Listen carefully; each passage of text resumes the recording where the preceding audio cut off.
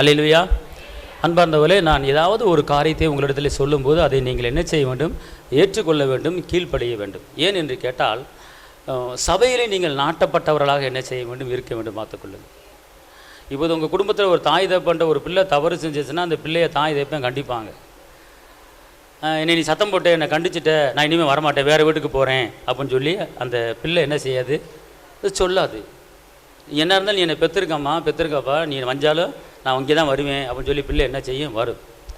அப்போ அதை காட்டிலும் சபை பெரியது. பார்த்துக்கொள்ளுங்க. அப்போ சபையில் ஒரு காரியத்தை பரிசுத்த ஆவியானவர் உங்களுக்கு வெளிப்படுத்தினா அது ஆவியானவர் வெளிப்படுத்துகிறார் என்கிற அந்த உணர்வோடு நீங்கள் என்ன செய்யணும் இருக்கணும். அதாவது ஒரு செடியை பிடிங்கி இங்கிட்டு ஒரு இடத்துல பிடிங்கி இன்னொரு இடத்துல வச்சோம்னா இருக்கும், அடுத்த இன்னொரு இடத்துல வச்சோம்னா வாடி போயிடும். பார்த்துக்கொள்ளுங்க. நீங்கள் சபையிலே நாட்டப்பட்டவர்களாக என்ன செய்ய வேண்டும்? இருக்க வேண்டும். இந்த வாரம் நான் இங்கே வரல, நான் அங்கே போகிறேன், இங்கே போகிறேன் அப்படிலாம் நீங்கள் என்ன செய்யக்கூடாது?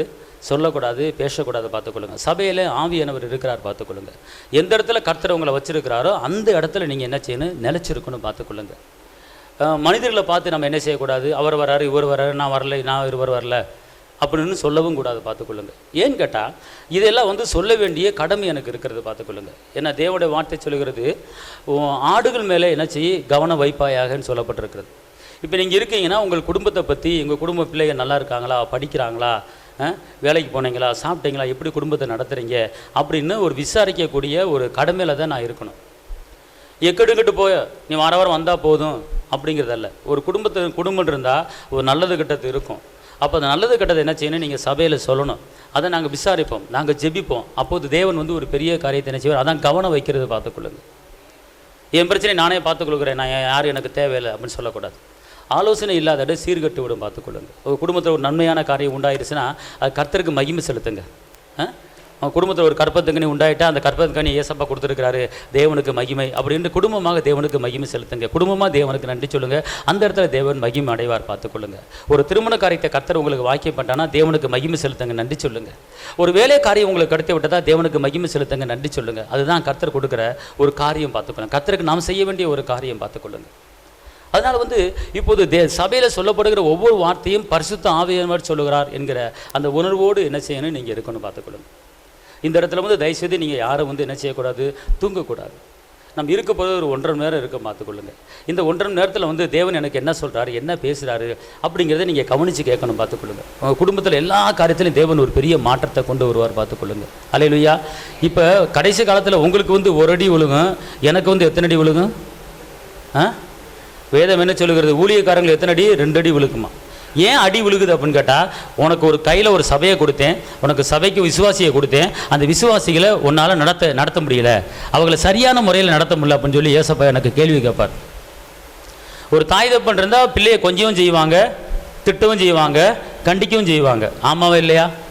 உங்கள் பிள்ளைகளை நீங்கள் இது வரைக்கும் திட்டினதே கிடையாதா? எங்கே நான் என் பிள்ளையை நான் வஞ்சதே கிடையாது அப்படின்னு சொல்கிறவங்க தாய் தகப்பன் கை தூக்குங்க பார்ப்போம். என் பிள்ளையை கொஞ்சம் மட்டும் தான் செய்வேன், வஞ்சதே கிடையாது அப்படின்னு எந்த தாயும் சொல்ல மாட்டாங்க, எந்த தகப்பனும் சொல்ல மாட்டாங்க. அப்போ அதை காட்டிலும் இந்த சபையில் சில கண்டித்து உணர்த்துகிற ஒரு காரியம் வரும்போது அதை நீங்கள் ஏற்றுக்கொள்ள வேண்டும். அதை நீங்கள் ஏற்றுக்கொண்டு அதன்படி நடப்பதற்கு முயற்சி செய்ய வேண்டும். இப்போ சரியாக 9 மணிக்கு நீங்கள் ஆலயத்துக்கு வாங்க, ஆராதனைக்கு வாங்க அப்படின்னா அதை நீங்கள் ஏற்றுக்கொள்ள வேண்டும். அப்போ அது ஆவியானவர் என் மூலமாக சொல்கிற ஒரு காரியம். பார்த்துக்கொள்ளுங்க. இவர் சொல்லி நம்ம போகிறதா வர்றதா அப்போ நீங்கள் தயவுசெய்து என்ன செய்யக்கூடாது? நினைக்கக்கூடாது. பார்த்துக்கொள்ளுங்க. தேவ சமூகத்திலிருந்து தேவனிடத்தில் வார்த்தையை வாங்கி கொண்டு நான் வரும்போது அந்த வார்த்தைக்கு நீங்கள் செவி கொடுக்க வேண்டும். பார்த்துக்கொள்ளுங்க. ஒவ்வொரு குடும்பமும் எழும்ப வேண்டும், ஒவ்வொரு குடும்பமும் பிரகாசிக்க வேண்டுங்கிற அந்த ஆசை இருக்கிறது. அப்போ நீங்கள் என்ன செய்யணும்? கர்த்தருக்குள்ளே நீங்கள் என்ன செய்ய வேண்டும்? வளர வேண்டும். இந்த நாளிலே பரிசுத்த ஆவியானவர் உங்களை ஒவ்வொருவரையும் பலப்படுத்துகிறேன் அப்படிங்கிறார். நான் ஜெபிக்கும் போது என்னுடைய பிள்ளைகளை நான் பலப்படுத்துகிறேன், புதிய பலனை கொடுக்கிறேன் என்று அவர் சொன்னார். ஒரு புதிய வல்லமையை கொடுக்கிறேன் என்று அவர் சொன்னார். பல காரியத்தில் சோர்ந்து போயிருக்கலாம், பல காரியத்தில் துவண்டு போயிருக்கலாம், பல காரியத்தில் நஷ்டப்பட்டு இருக்கலாம். ஆனால் எல்லா காரியத்திலையும் ஜெயத்தை எடுக்கும்படியாக தேவன் ஒரு பெரிய காரியத்தை செய்வார். அன்பார்ந்தவர்களே, நம்முடைய வாழ்க்கையில் பலவித சூழ்நிலைகளே, பல அவச்சொல்கள், பல துர்ச்செய்திகள் நம்மகிட்ட வரத்தான் செய்யும், பல போராட்டங்கள் வரத்தான் செய்யும். ஆனால் அதை பெரிதாக நாம் எடுத்துக்கொள்ளக்கூடாது. அன்பார்ந்தவர்களே, இஸ்ரவேல் மக்கள் மத்தியிலே யோசுவா என்ன பண்ணார்? காலேப் என்ன பண்ணாங்க? போய் வேவு பார்க்க அனுப்புனாங்க. வேவு பார்க்க அனுப்பும்போது அவர்கள் பயங்கரமாக இருக்கிறாங்க, அவங்க ராட்சஸாக இருக்கிறாங்க, அவங்க பக்கத்தில் நம்ம நிற்க முடியாது என்று அவர்கள் சொன்னார்கள். நாம் அவர்கள் பக்கத்தில் நிற்க முடியாது, சுதந்திரிக்க முடியாது என்று அவர்கள் சொன்னார்கள். ஆனால் இப்படிப்பட்ட ஒரு துர்ச்செய்தியை அவர்கள் பரப்பினார்கள், இப்படிப்பட்ட துர்ச்செய்தியை அவர்கள் பரப்பினார்கள். ஆனால் யோசுவா காலேப் என்ன சொல்லுகிறார்கள் தெரியுமா? அதை நாம் போய் என்ன செய்வோம்? சுதந்திரிப்போம் என்று அவர் சொல்லுகிறார்கள். இன்னைக்கு உங்க குடும்ப வாழ்க்கையில் பலவித இன்னல்கள், பலவித துர்ச்செய்திகள், பல போராட்டங்கள் உங்க குடும்பத்தை வந்து தாக்கலாம் வரும். ஆனால் நீங்கள் அதை பார்க்க கூடாது. நீங்கள் சொல்ல வேண்டிய ஒரு காரியம், யோசுவா காலேப் அப்படிப்பட்ட செய்தியை கேட்டார்கள். ஆனால் என்ன செய்தார்கள்? அவர்கள் தேவன் கொடுத்த வாக்குத்தத்தத்தை நிறைவேற்ற வல்லவராக இருக்கிறார் என்று எண்ணி அதை நாம் சுதந்திரிப்போம் என்று சொல்லி அவர்கள் தன் வாயை திறந்து அவர்கள் பேசினார்கள். துக்கத்தை பேசவில்லை, வேதனையை பேசவில்லை, கஷ்டத்தை பேசவில்லை, நெருக்கத்தை பேசவில்லை. தேவன் கொடுத்த வாக்குத்தத்தத்தை எடுத்துக்கொண்டு நாம் சுதந்திரிப்போம் என்று அவர்கள் சொன்னார்கள். அன்பார்ந்தவர்களே, நம்முடைய வாழ்க்கையில் பல இன்னல்கள் தாக்கத்தான் செய்யும், பல கவலைகள் தாக்கத்தான் செய்யும், பல போராட்டங்கள் தாக்கத்தான் செய்யும், பல அவமானங்கள் தாக்கத்தான் செய்யும். அதை பார்த்து கொண்டு அதையோ நம்மளுக்கு பயமா இருக்கு, என்ன செய்யறது, அங்க போய் போராட முடியாது, சமாளிக்க முடியாதே அப்படி என்று நம்ம சொல்லக்கூடாது. இஸ்ரவேல் மக்கள் அப்படி சொல்லல, யோசுவா காலேப் அப்படி சொல்லல. நான் போய் சுதந்திரம், அவருக்கு செய்தி வந்தது. அவருக்கு என்ன வந்தது? செய்தி வந்தது.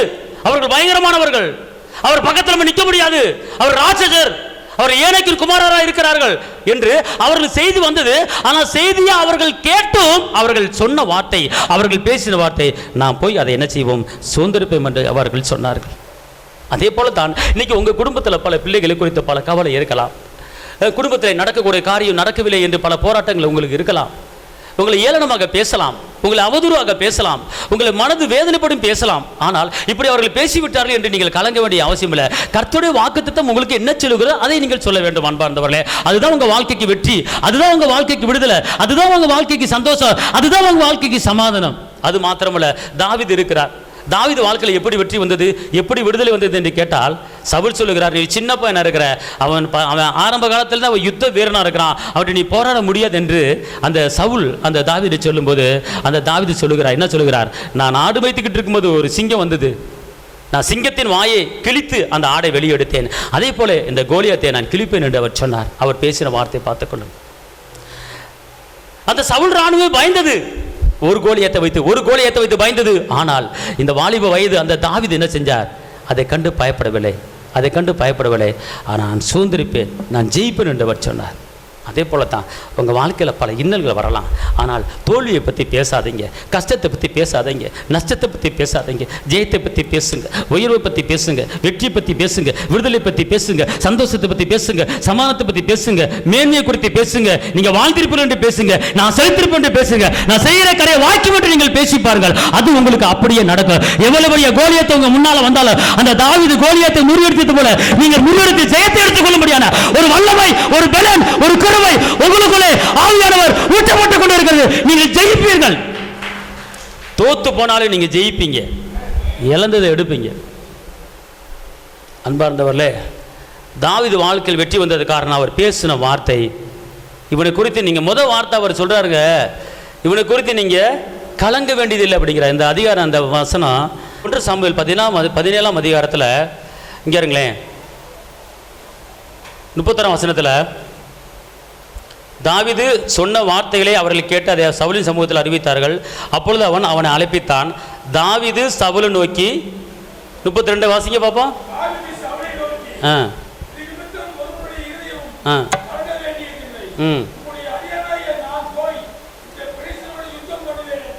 பார்த்தீங்களா எப்படி சொல்றாரு பார்த்துக்கொள்ளுங்க.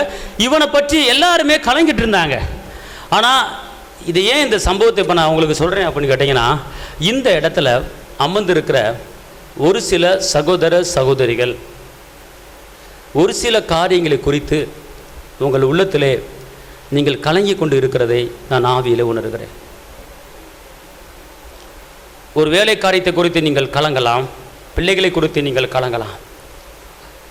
இன்னைக்கு ஆவியானவர் திட்டவட்டமாக உங்களுக்கு சொல்லிக் கொண்டிருக்கிறார். இந்த தாவீது சொன்ன வார்த்தை இப்போது உங்களுக்கு சொல்லப்படுகிறது. தாவீது சவுலை நோக்கி, இவன் நிமித்தம் ஒரு இருதயமோ. அதனால உங்க இருதயம் வந்து கலங்க வேண்டிய அவசியம் இல்லை. ஒருவேளை நீங்க பிள்ளைகளை குறித்து நீங்கள் கலங்கி கொண்டிருக்கலாம், ஒரு நிரந்தரமான வருமானம் இல்லையே நீங்கள் கலங்கி கொண்டிருக்கலாம், எனக்கு எதிராக ஒரு கோலியாத்து நின்று கொண்டிருக்கிறார் என்று நீங்கள் கலங்கி கொண்டிருக்கலாம். ஆனால் இந்த நாளிலே, இந்த வேளையிலே பரிசுத்த ஆவியானவர் உங்களுக்கு சொல்றாரு, இது நிமித்தமாக உங்கள் இருதயம் கலங்க வேண்டிய அவசியம் இல்லை. ஐயோ, நான் பிள்ளைகளை எப்படி படிக்க வைத்து நான் கட்டிக் கொடுப்பேன், ஒரு கலக்கம் எனக்குள்ளே இருக்கிறது. கர்த்தர் சொல்றாரு, இது நிமித்தம் உங்கள் இருதயம் கலங்க வேண்டிய அவசியம் இல்லை. ஐயோ, இவ்வளவு பெரிய கடன் பிரச்சனையை எப்படி நான் அடைப்பேன், இது நிமித்தம் உங்கள் இருதயம் கலங்க வேண்டிய அவசியம் இல்லை. அவ்வளவு பெரிய கோலியாத்தை தாவீது முறியடிச்சது போல உனக்கு கோலியாத்து போல இருக்கிற எல்லா பிரச்சனைகளையும் எல்லா துக்கங்களையும் அந்த தாவீது முறியடிச்சது போல என் தகப்பன் உனக்கு முறியடிக்க ஒரு பலனை இப்போது கொடுத்து கொண்டிருக்கிறார். ஒன்று உங்களை சேதப்படுத்தாது. ஆனால் நீங்கள் செய்ய வேண்டிய வேலை என்ன அப்படின்னு கேட்டிங்கன்னா, தாவீது சொன்ன வார்த்தையின்படி நீங்கள் சொல்லணும். யோசுவா காலேபு சொன்னது போல நீங்கள் சொல்லணும். பிரச்சனையை அவர்கள் காதில் விழுந்தது. யோசுவா காலேபுக்கும் பிரச்சனை அவர்கள் காதில் விழுந்தது. ஆனால் விழுந்தது அவர்கள் பேசின வார்த்தை என்ன? நாம் சுதந்திரிப்போம் என்று அவர்கள் பேசினார்கள். சொல்லுங்க பார்ப்போம். ஒரு சவுல் இராணுவமே பயந்து கொண்டு இருக்கிறது. ஆனால் தாவீது பேசின வார்த்தை என்ன வார்த்தை? உங்கள் இருதயம் கலங்காதிருப்பதாக, உங்கள் இருதயம் கலங்காதிருப்பது என்று சொல்லப்பட்டிருக்கு. அன்பார்ந்தவளே, இன்னைக்கு உங்கள் இருதயம், இது ஒரு தீர்க்க தரிசனமான ஒரு வார்த்தையை ஆவியானவர் இப்போது கொடுத்து கொண்டிருக்கிறார். அந்த கலக்கம் உங்களை விட்டு போக வேண்டும் என்றால் இந்த தாவீது பேசினது போல நீங்கள் பேசுங்கள். உங்களுக்கு எதிராக துர்ச்செய்தி எழும்பிக் கொண்டிருக்கிறதா? நீங்கள் எண்ணாமத்தை படித்து பார்த்தீங்கன்னா இவர்கள் துர்ச்செய்தியை பரப்பினார்கள் என்று சொல்லப்பட்டிருக்கிறது. அப்போ அந்த துர்ச்செய்தியை உங்க குடும்பத்துக்கு எதிராக, உங்க வேலைக்கு எதிராக, தொழிலுக்கு எதிராக துர்ச்செய்தியை உங்களுக்கு எதிராக பரப்புவார்கள். அதை பற்றி நீங்கள் கவலைப்பட வேண்டிய அவசியம் இல்லை. கர்த்தர் உங்களுக்கு துணை நிற்கிறார். அவர்கள் சொன்னார்கள், நாம் சுதந்திரிப்போம் என்று அவர்கள் சொன்னார்கள். அதே போல நீங்கள் எல்லாமே சுதந்திரிக்க வேண்டாம். அன்பார்ந்தவர்களே, எல்லாம் சொல்லுங்க, நான் இழந்ததை எல்லாம் சுதந்திரிப்பேன், நான் இழந்ததை எல்லாம் திரும்ப பெற்றுக்கொள்வேன். அதாவதுங்க, விதைக்க வேண்டிய வேலை நம்ம வேலை, தண்ணி பாய்ச்ச வேண்டிய வேலை நம்ம வேலை, விளைய வைக்கிறது அவர் வேலை, விளைய வைக்கிறது அவர் வேலை. ஆனால் நான் விதைக்கவும் மாட்டேன், தண்ணியும் பாய்ச்ச மாட்டேன், எனக்கு விளையணும் அப்படின்னா எப்படிங்க அவர் விளைய வைப்பார்? சொல்லுங்க பாப்பா. வயக்காடு இருக்குது. ஆனால் அந்த வயக்காட்டில் நீங்கள் விதையை போட்டால் தானே முளைக்கும். விளைஞ்சுவான்னு எப்படி விளையும்? அப்போ நீங்கள் விதைச்சிட்டு நீங்கள் தண்ணி பாய்ச்சிட்டு அவரை நோக்கி பாருங்கள், அழகாக உங்களுக்கு என்ன செய்வார்? விளைய வைப்பார். இன்றைக்கி அநேகர் தேவனுடைய வார்த்தையை விதைக்கிறது கிடையாது, துதிக்கிறது கிடையாது, ஸ்தோத்திரது கிடையாது. எப்படி விளையும்? விளைய வைப்பார். நீங்கள் விதைச்சிங்கன்னா கர்த்தருடைய வார்த்தையை விதைச்சு பாருங்கள், கர்த்தருடைய வார்த்தையை பேசி பாருங்கள். தாவீது பேசினார். எதை பற்றி பேசினார்? போய் பார்க்குறேன், முடிஞ்சால் அடிக்கிறேன், முயற்சி பண்ணுறேன், இல்லை நான் சாவேன், அப்படியே சொல்லிட்டு போனார். இந்த கோலியத்தை இத்தனை ராணுவம் நிற்குது, இத்தனை துருப்புகள் இருக்காங்க, சவுல் ராஜாவே முடியல, எனக்கு வயசு கம்மி தான், போய் மோதி பார்க்குறேன், அந்த உயிரோட வர, இல்லைன்னு செத்துட்டு வரேன் அப்படின்னு அவர் சொல்லிட்டு போயிருந்திருக்கலாம். ஆனால் அவர் அப்படிப்பட்ட வார்த்தையை பேசவில்லை. எப்படி என்னுடைய ஆட்டை சிங்கம் முழுங்கினதோ, எப்படி சிங்கத்தின் வாயை கிழிச்சனோ, அதே போல இந்த கோலியத்தை என்னால் முறியடிக்க எனக்கு பலன் இருக்கு. கர்த்தரனை பெய்ய சொல்லி அழைத்திருக்கிறார். ராஜா கூட பிரபு கூட அமரப்பட கிருபையை கொடுத்திருக்கிறார். இந்த பிரச்சனை என்ன ஒண்ணு சேதப்படுத்த முடியாது. இந்த பிரச்சனையை கீழே போட்டு மிதிச்சு நான் வெற்றி எடுத்துக் கொள்ளக்கூடிய வல்லமையை கர்த்தர் எனக்கு கொடுத்திருக்கிறாரே. அப்படி பேசு. தீமையை நன்மையாக மாற்றுகிறார். ஐயோ, இந்த குடும்பத்தை தீமை வந்துருச்சு, பயப்படாத, அந்த தீமையை நன்மையை மாற்றுவார். கண்ணீர் பாதையை உருவம் நடந்து கழிப்பானை நியூட்ரலை மாற்றுகிற வல்லமையை கர்த்தர் உனக்கு கொடுக்க போறாரு. ஆமென், அல்லேலூயா. எல்லாம் சொல்லுங்க, எனக்குள்ள தேவ பலன், எனக்குள்ள தேவ வல்லமை, எனக்குள்ள தேவ அபிஷேகம். சாதிக்க முடியாத காரியத்தை என்னால சாதிக்க முடியும்.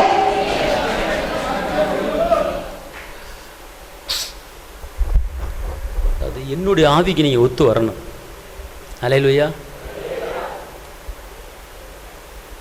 சாதிக்க முடியாத காரியத்தை என்னால சாதிக்க முடியும். சாதிக்க முடியாத காரியத்தை என்னால சாதிக்க முடியும். திருப்பி,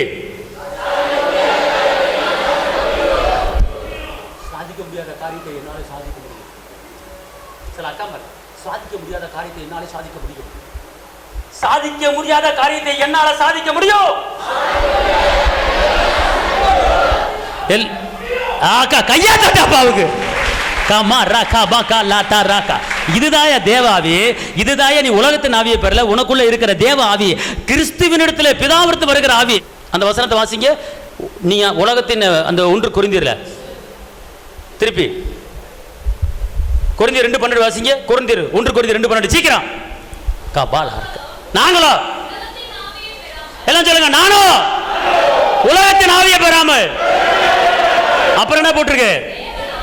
தேவனால் தேவனால் எனக்கு எனக்கு இங்க பாருங்க, உங்களை நான் என்ன பண்ண போறேன்னா அப்படியே பூஸ்ட் பண்ணி உங்களை அப்படியே குதிக்க வச்சு அனுப்ப போறேன் இப்ப இயேசுவின் நாமத்துல.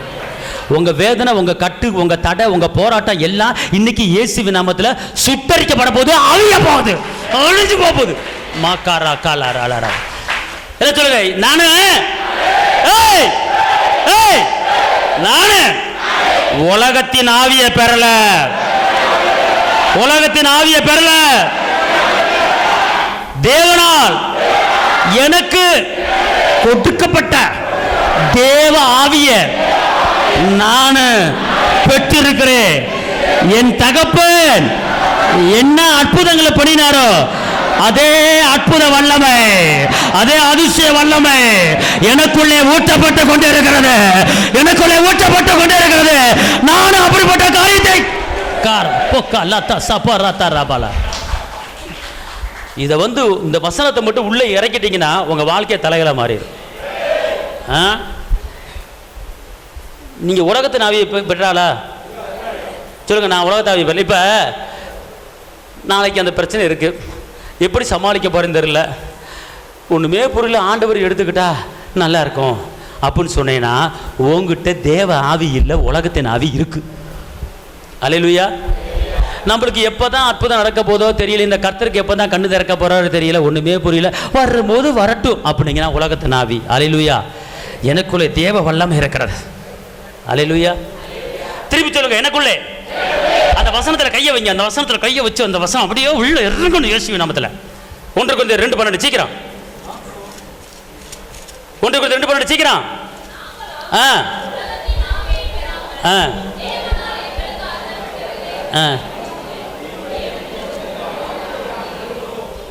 எல்லாம் கையை வைங்க பாப்போம்.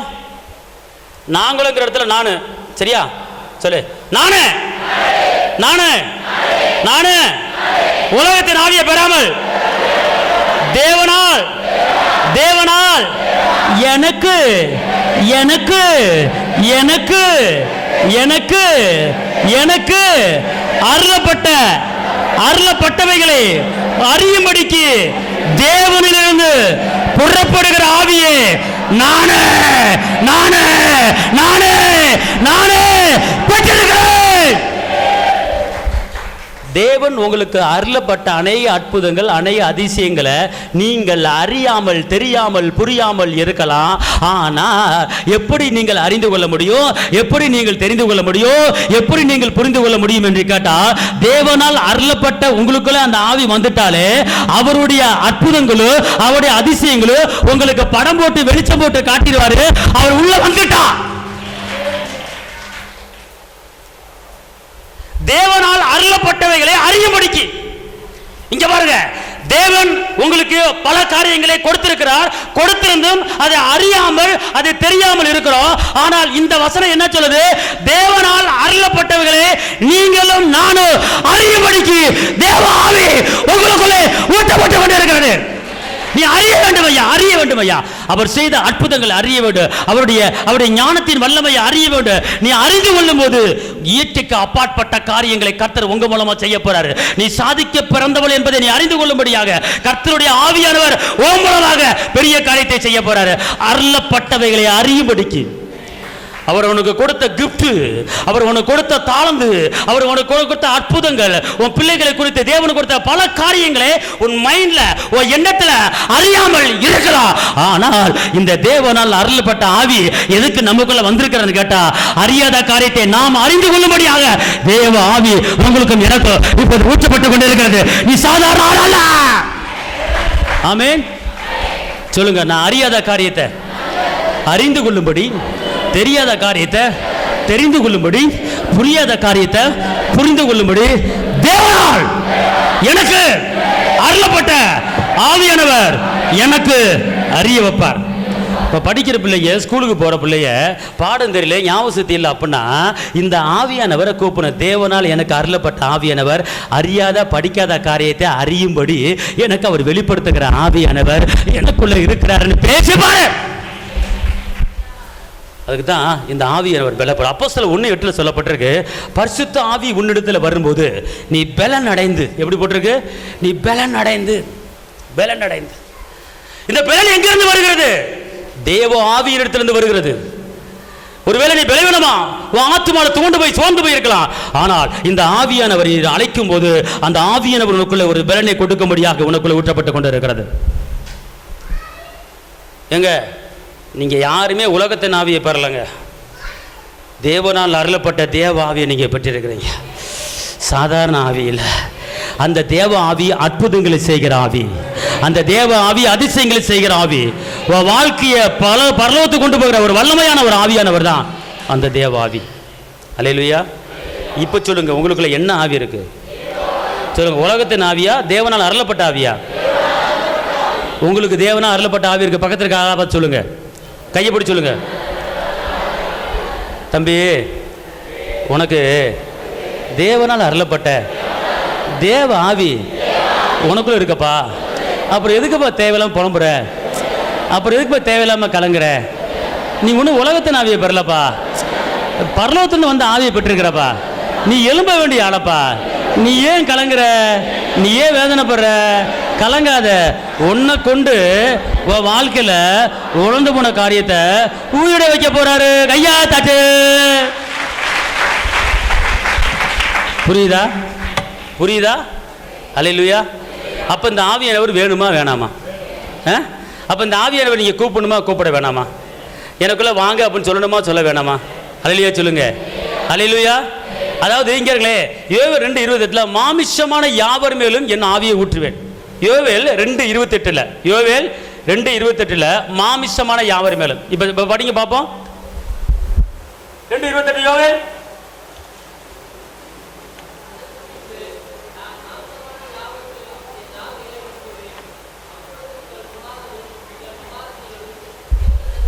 இங்க கவனிங்க, ஊழியக்காரர் மேல் என் ஆவியை ஊற்றுவேன். அது இருக்க ஒரு வசனம் இல்லைன்னு சொல்லல.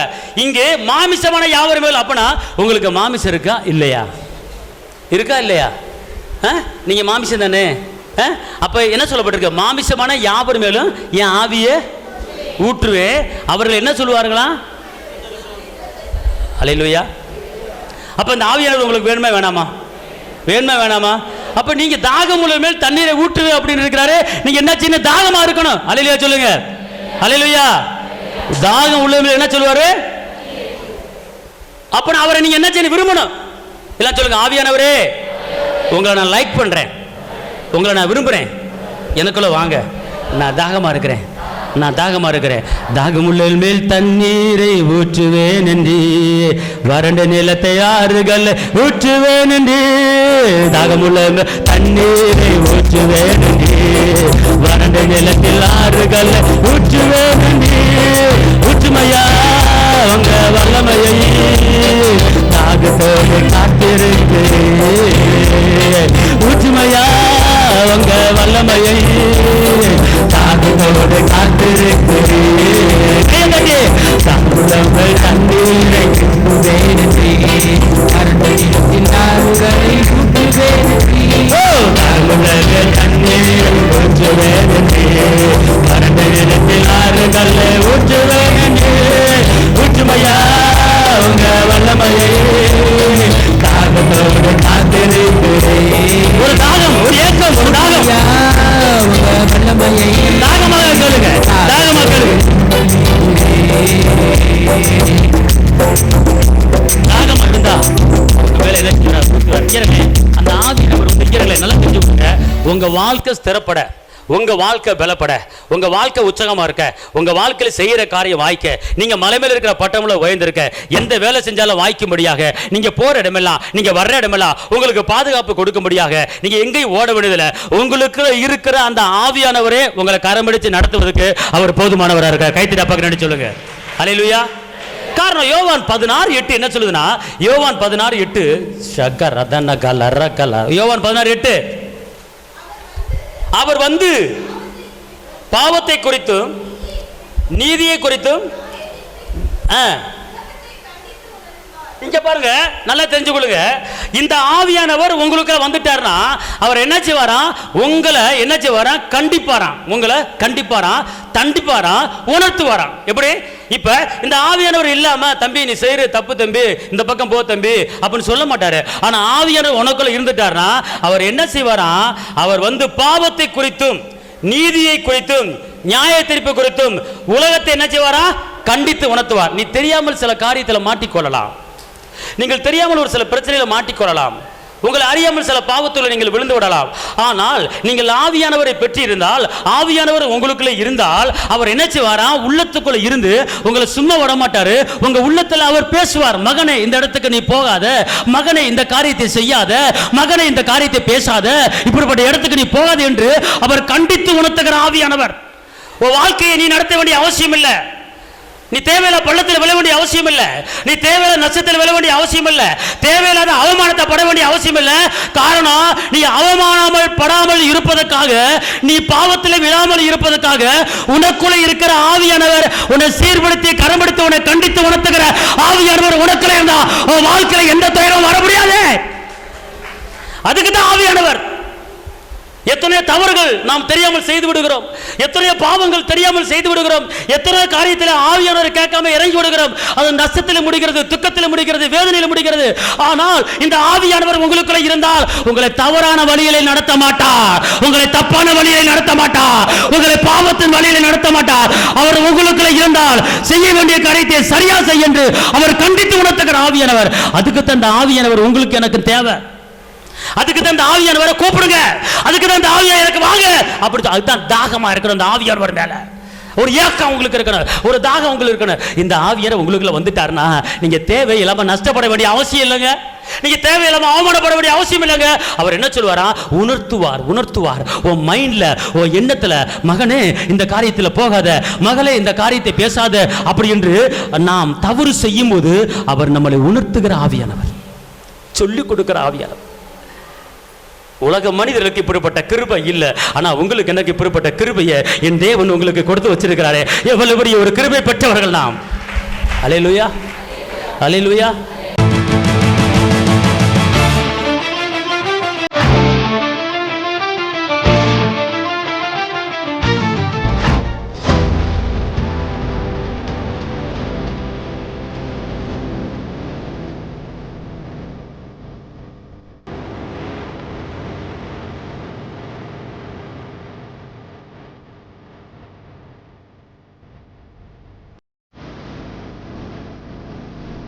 உங்கள் வாழ்க்கையில் போராட்டமா, கண்ணீரா, வேதனையா?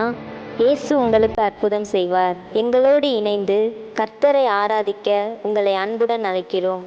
எங்கள் முகவரி: போதகர் சி. ஜீவா, திரியேக தேவ எழுப்புதல் ஆலயம், RS Nagar, Allampatti, Virudhunagar.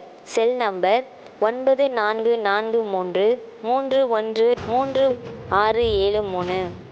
Email address jiva.boj@gmail.com. ஞாயிறு ஆராதனையின் நேரம் காலை 8:30 மணி முதல் 10:30 மணி வரை.